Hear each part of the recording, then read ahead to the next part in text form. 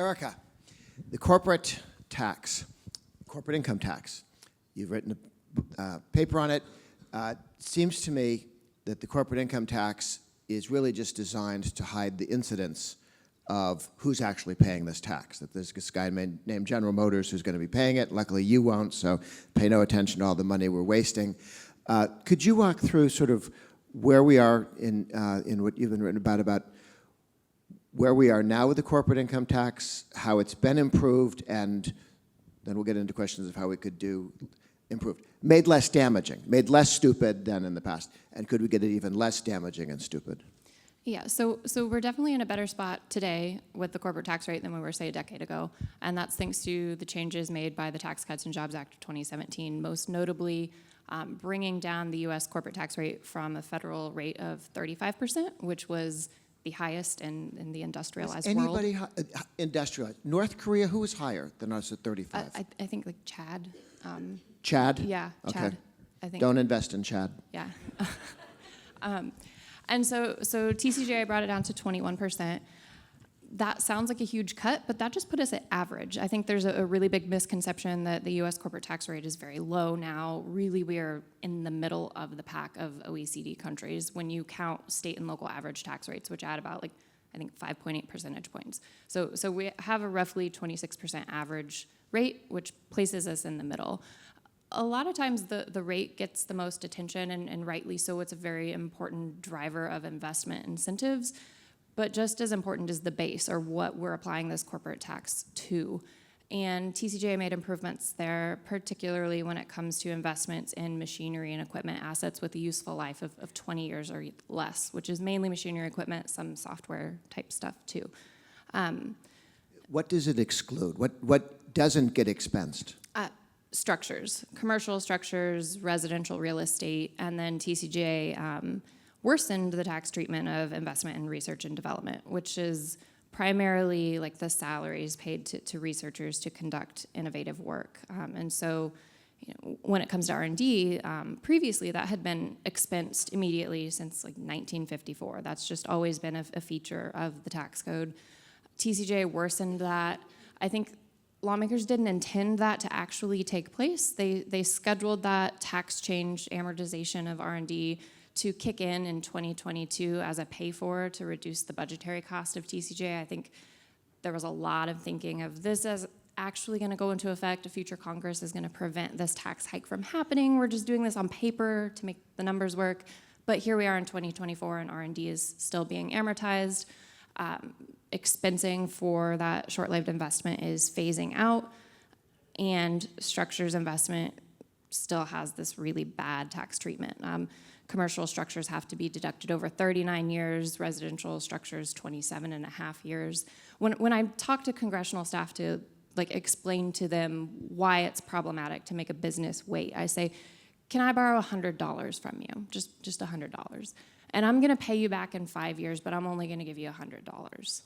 And they kind of think I would be better off if I just put that in a savings account and earned a 2% return. $100 5 years from now is not the same as $100 today, and that's exactly why it's problematic to make businesses wait to take those deductions, because inflation and the opportunity cost, what else they could be doing with that money in the interim, erode the real value of that deduction, so they never get to fully recover their actual expenses that they're plowing into this productive investment. And so it raises the cost of investment, and depending what the rate is, that penalty can be worse. Some of the Trump Republican tax cuts lapse after 5 years, 7 years, 10 years.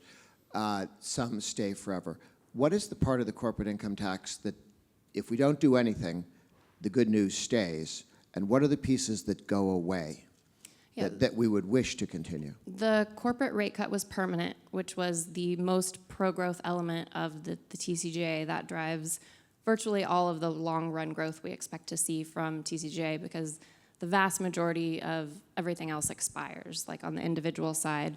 On the business side, the interest deduction limitation got worse in 2022. That became tighter, so businesses can deduct a smaller share of their interest costs. In general, that moves us toward a consumption tax base, But the way in which lawmakers tightened it, the income definition that it's based on is, we're the only country in the OECD that uses that definition. So it puts us very out of line with what the rest of the world does when it comes to interest deductions. That needs to be fixed. Full expensing for short-lived investment, that started phasing out in 2023. That drops 20 percentage points a year until it reaches zero, and there's no more bonus deduction for machinery and equipment. Research and development amortization, that's something else that needs addressed as well. So the rate is solid. That was made permanent as long as lawmakers don't propose increasing it. That's set in stone.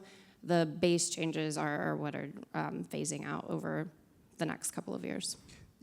What were the benefits of that tax cut? If people are trying to say we should protect the lower rates, we should continue full expensing rather than long depreciation schedules, we should do so because, in talking to voters, what is the succinct way of explaining the value in jobs, income of the tax cut, cutting the corporate tax cut? Yeah, so it lowers the cost of making investments in the United States, particularly when we're talking about like bonus depreciation. A business can only take advantage of that if they're placing new investment in the United States. So it's a direct incentive to increase investment. We've now got some academic papers that have come out and said, like, yes, indeed, this worked. The corporate tax rate, the lower rate, the better incentives for placing new investment in the U.S., increased investment, just like we would expect. A couple of academic papers now out saying that for businesses that experienced a tax reduction under the TCJA, they increased their investment by 20%. If that effect persists and we look at how that affects the overall capital stock in the United States, they estimate it's an increase of about 7%, which is huge when we're talking about like the size of the United States. Is that measured in income or employment or per family income? Yeah, so the first link in this chain reaction you would expect is higher investment. That makes workers at these businesses more productive. It increases demand for labor, and so when you have this complementary effect of increasing capital, that also increases labor. So you would expect to see wages rise, pre-tax wages. You're earning more because you are more productive given this new level of investment. And it also increases employment opportunities. So it's an increase in full-time jobs as well. I've heard numbers that Trump people put out that in 2019 you saw the median family income increase 6.8%. Is there a number that you're comfortable with that would impress a radio talk show host or a neighbor? Yeah, probably not as eye-popping as those numbers. And I think there's a couple of different things to think through when you're talking about when it translates into this employment impact you'd expect. This is more of doesn't match up with political cycles or political talking points, but it's a long run phenomenon. For a business to increase its investment, like that takes time just for permitting, for planning, then for actually building or putting that online, and then for workers to learn how to use that and become more productive.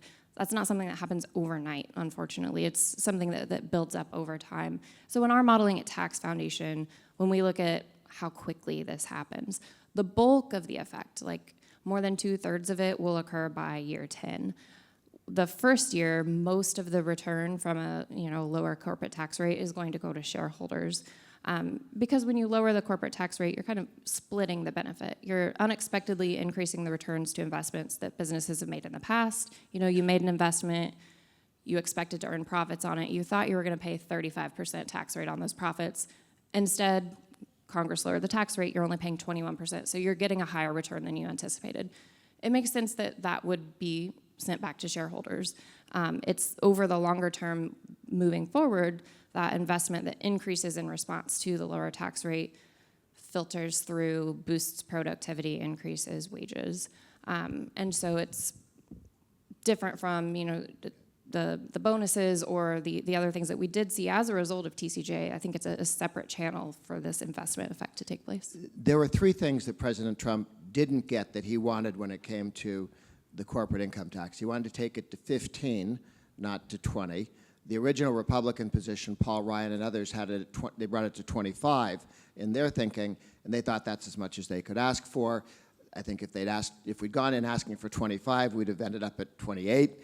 By insisting on 15, we ended up at 20 until the very helpful senator from Florida, Mr. Rubio, decided he wanted to spend some money on welfare cut to steal some of the money out of the tax cut just before the deal was cut. So we got jammed. He said, I'm voting with the Democrats unless you give me this. So we gave him a whole bunch of other people's money to play with and didn't cut the corporate income tax to 20. That's why it's at 21. Thank you, Senator Rubio, for a less successful economy that we have today because of your hard work on the subject. But there's one that sort of fixed it. That was the one, that 21 instead of 20. And I do hope that we'll go to 14 rather than 15 the next time around. I've had this discussion with some of the Trump people. I said, you guys wanted 15, so asking for anything other than 15 is somehow backing off of what you were. You go to 15, that's your win. Everybody else can do the work, but you called it X number of years ago, we go to 15. However, since you argued for 15, our friend Mr. Biden has said he wants to put a floor of 15 corporate around the world that we would lock ourselves into, that we'd have to check with Brussels and Paris and Beijing, somebody, before we could ever take our own taxes below 15. And why would you go to that number, and then the world would assume, you just agreed, didn't you? You agreed to this number, we're now at 15. And any move away would be like violating the Paris peace talks, no, the Paris climate agreement, which we'd never agreed to, but somehow the president signed a piece of paper that didn't mean anything. But if you go to 14.9, you're signaling we're not living with 15. It doesn't mean we can't go lower yet. We will if we want to. So I just think it's very important that we not link our tax number in with the rest of the world. You had mentioned we were worst in the world, except for Chad, on corporate, but we also have state corporate income taxes. How many other countries have provincial, state, regional taxes in addition to their numbers? When we talk about competing with France, do the French parts of their government also have property taxes, taxes on corporate income? Yeah, some do. And that average that I mentioned we're at across the OECD takes that into account, the national and the subnational. And so that gives us an apples to apples comparison. And even taking those into account, we are still above the OECD average. So I absolutely agree. You know, if we're the train is already moving out of the station on this 15% global minimum tax, it makes absolutely no sense to have that train proceeding 15% as the minimum and be considering raising the corporate tax rate. We're already above that global minimum at 21 federal and the 4 to 5% average of the state and local. So looking at proposals to even increase the tax rate a point or two or all the way up to 28% like the Biden administration is proposing in their budget just completely goes in the opposite direction of what the global minimum tax is doing and what we know is best for the U.S. economy. When we cut the personal income tax, we also got rid of or put a limit on SALT, state and local taxes. So New Yorkers who have big houses and big incomes and high taxes don't get to deduct as much of their income, and they actually pay higher taxes because it's not deductible. California and blue states have decided to tax their own people by having high state and local taxes. The plan on the corporate rate was to also get rid of state and local taxation, deductibility of state taxes. The reason it didn't happen was Iowa. In Iowa, there were 2 Republicans, and Iowa, whose votes we needed to pass a tax cut, and Iowa had, because of its history and legacy, a 12% corporate income tax. They've now, under the Republican governor, taken that down to 7 and intend to take it to 0. But it was at 12, and they just looked at that, saw no chance of changing it, and they said, we really can't do that now. Next time we revisit the corporate income tax, it would be possible to get rid of, so you could take the rate down and quote-unquote pay for it, or some of it, with elimination of SALT, corporate SALT. Yeah, absolutely. My colleague at Tax Foundation, Alex Marashanu, just put out a blog post like in the last week or two, and it goes through all the iterations, starting with like the 2016 GOP blueprint to the Big Six framework, and you see like the ideal version there at first, really fundamental reform, lowering the rates, completely cleaning up the base, and you see through the iterations and the different political considerations, the changes getting watered down until ultimately what we got with TCGA, which was an improvement but left a lot of room for further improvement on the table. Competition with China? Yeah, we are Industrial policy? Yeah. So China's corporate tax rate is 25%. In certain jurisdictions, it's as low as 12%. China What's offers the difference between the 25 and 12? Some of it is geographical based, some of it is industry based. So if you qualify, now I wouldn't say that's a good policy necessarily. I would say have one single low rate so you avoid distortions, but that's what it is. They offer a super deduction for research and development, so you deduct 200% of your R&D costs. Meanwhile, in the United States, you deduct that over 5 years or 15 years, so we offer less than full deduction. On a number of items like this, our tax 200% deduction sounds like a subsidy? It is, yeah. So they heavily subsidize all R&D. We don't even provide, neutral tax treatment. We're biased against it. So we're taxing R&D investment through our tax system. So even when it comes to baseline tax treatment, we are uncompetitive with respect to China. Now, I don't think that means we need to emulate everything China does, because we know with the industrial policies that they provide, whether it's financing, whether it's state-owned enterprises, whether it's subsidizing various industries, there's a lot of problems with that approach. There's some really great research from an economist named Lee Brandstetter, and he has access to some data that most people don't have access to when it comes to Chinese firms and the type of subsidies they qualify for, their patenting activity, their productivity. And he's found that, no, the Chinese government is not particularly good at picking winners with what it's subsidizing. What you tend to see is less productive firms getting subsidies, and once they get subsidies, they do not suddenly become more productive. So there's a lot of doubt to this narrative that, China and the planners in Beijing really know what they're doing. They know how to direct investment to the right segments of industry or the right businesses to create these national champions. I think we can be skeptical of that, but I do think we need to keep in mind, what are we doing in the United States to make our firms competitive across the board, not to build up walls, but what are we doing with this baseline tax treatment? Are we increasing the tax burden on investment, making it harder for firms to compete on the national and international stage? When I was in business school, everybody was quite convinced that the Japanese had it all right, and the smart people in media did all the investment. We should do something like that and let the smart people make all the investments for America. And then Japan had sort of the lost decade, and the malinvestment that was driven by government decisions sort of slowed everything down and made Japan much less competitive. Where are we on that curve with China? Is there any way to measure the level of malinvestment due to their tax and subsidy policy? I think we're seeing warning signs of that right now in the Chinese economy. They're saying their growth rate is still 5% a year. If you look at IMF or other outside measures, they're either stagnating or maybe growing at 1% a year. The real estate bubble is bursting. There are troubles with local finance. Their longer-term demographic trends are really troubling.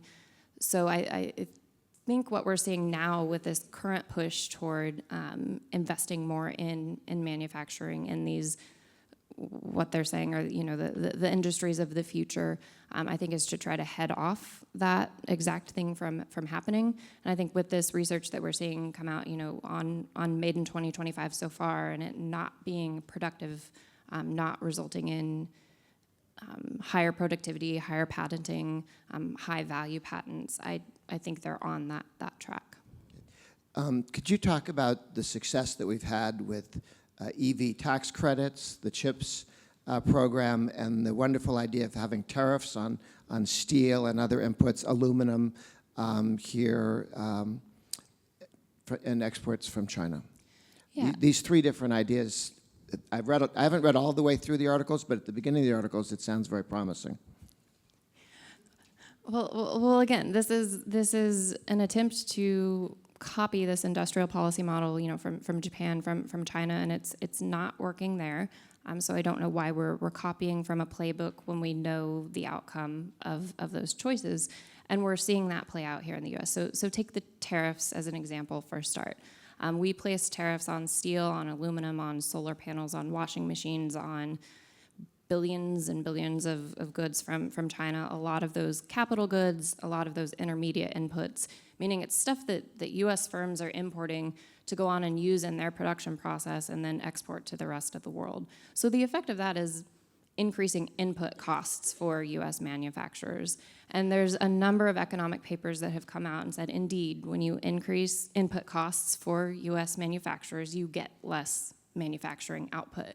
So you may get protection. Always? Doesn't it sometimes work?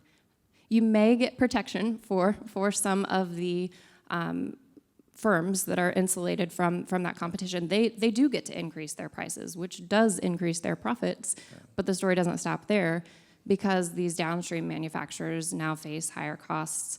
There are several papers from the Federal Reserve, from the US ITC that have found, even though there are some small gains in certain pockets of the economy, when you look at the costs on the downstream industries, those far outweigh any of the small benefits. And that's just the short term. And in the long term, whether it's a tariff or whether it's an investment tax credit for just qualifying types of investment, you're essentially insulating these firms from competitive international forces that lead to innovation in the long run. So we often hear, we just need this protection for a little bit to let this industry get off the ground.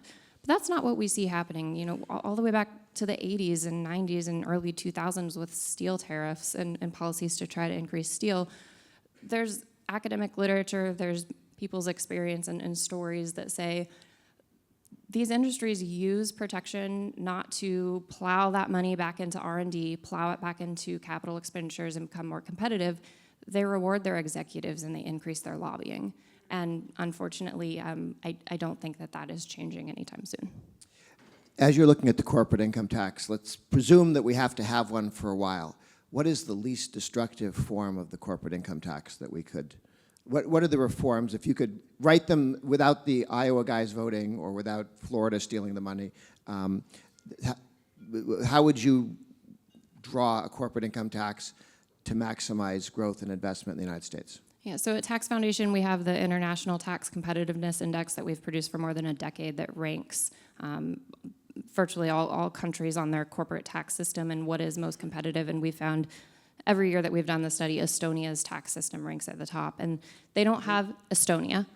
They don't have a corporate income tax in the sense that we're familiar with. They have what's called a distributed profits tax. So there is no annual income tax that corporations pay. They only pay when they distribute those profits to shareholders. So there's no tax on retained dividends? earnings. Dividends, net share repurchases, and then those dividends are exempted at the individual level. So there's no double tax happening. And they've found that dollar for dollar compared to like a corporate income tax versus this distributed profits tax, significantly less economic damage per dollar of revenue because you're exempting retained earnings, which is what small businesses and large businesses use to continue their investment, to continue R&D. So it's essentially a backdoor way to getting full expensing, to getting a cash flow tax by only taxing distributions. And it's significantly simpler to administer and to comply with.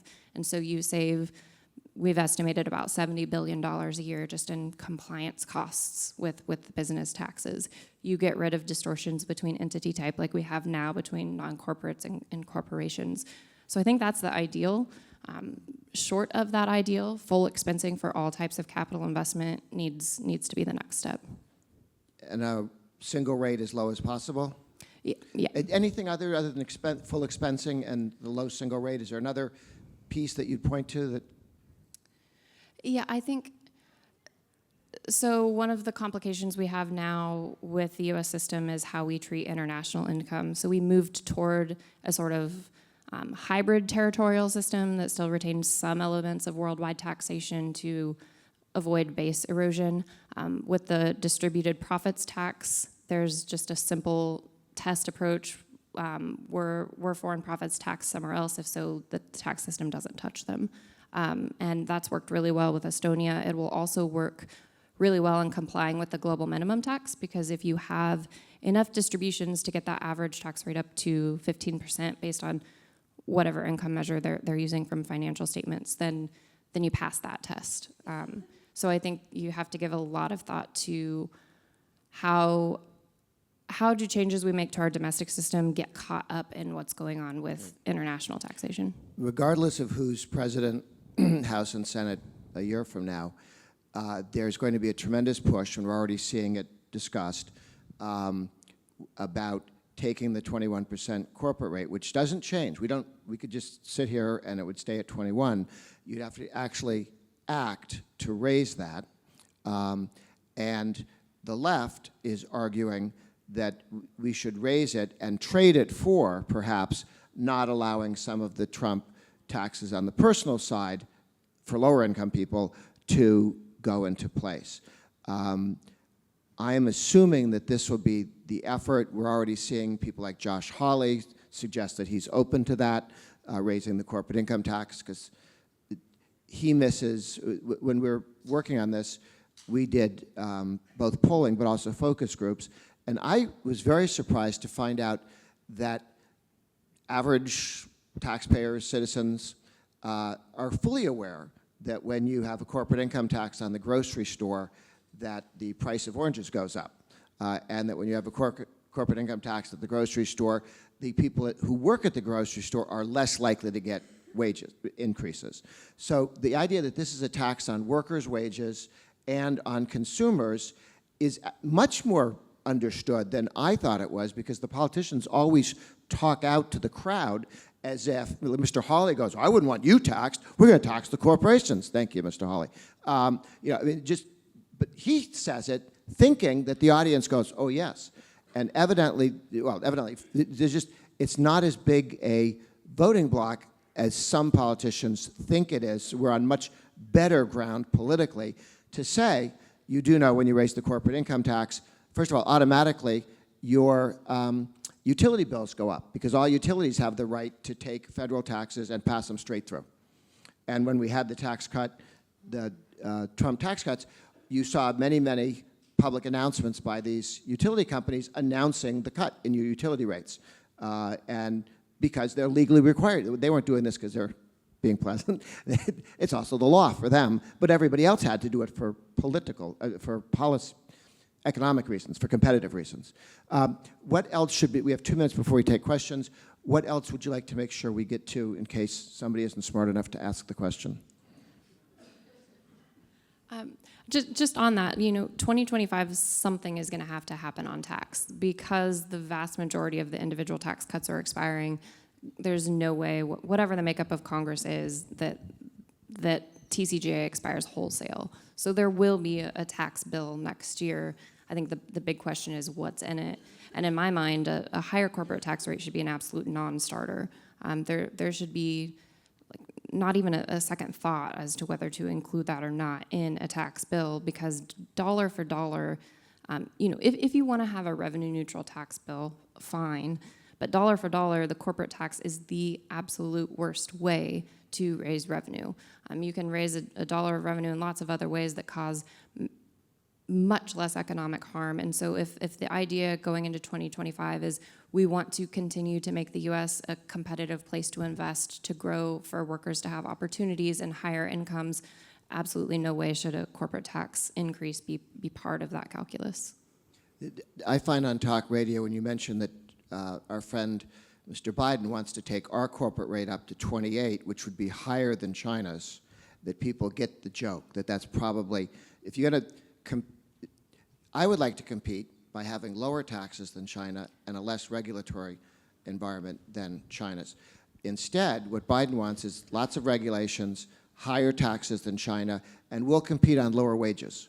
Why would we want to do that? Why don't we, I want to compete with higher wages and lower taxes and less regulations. Biden wants to do the opposite. Yeah, to paraphrase something I heard the other day, if the world is going to hell, then why not quadruple down on supply side policies and make the U.S. the absolute best place to do business? And I think that sums it up. Yeah. Okay, thank you. And where do people find your magnum opus, your study? In the handbook, and then we've also got a longer form paper at taxfoundation.org looking at Estonia's tax system. And the link to that is in the handbook? Yeah, it's one of the footnotes in the handbook. Okay, great.